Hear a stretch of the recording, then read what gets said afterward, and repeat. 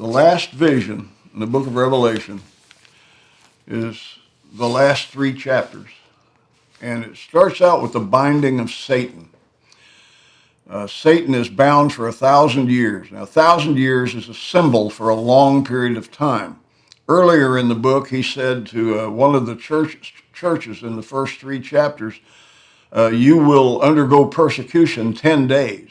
10 days is a very short time.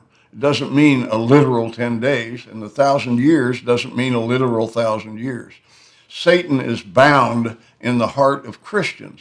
Satan is bound in my life. I was a sinful person when I became a Christian. I was 20 years old. I was addicted to pornography. I was a drunk. I smoked 2.5 packs of cigarettes a day. And when I became a Christian, everything changed. And those appetites were still there, but I had to stop those things. And my addiction to pornography was the hardest one to stop. That was a struggle for a long time. But God drew me slowly out of those things. And I was set free.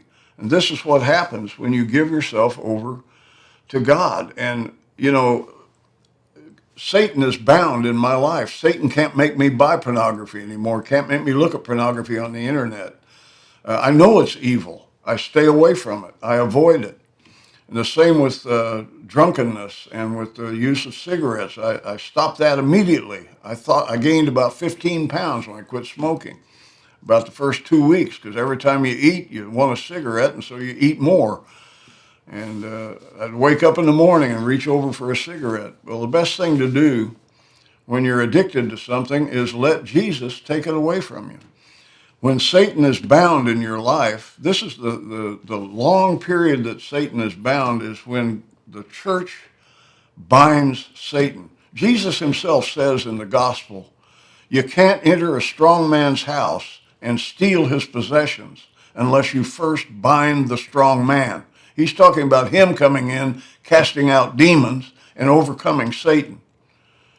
1 John says the reason Jesus came was to overcome the works of Satan. And that's why he came.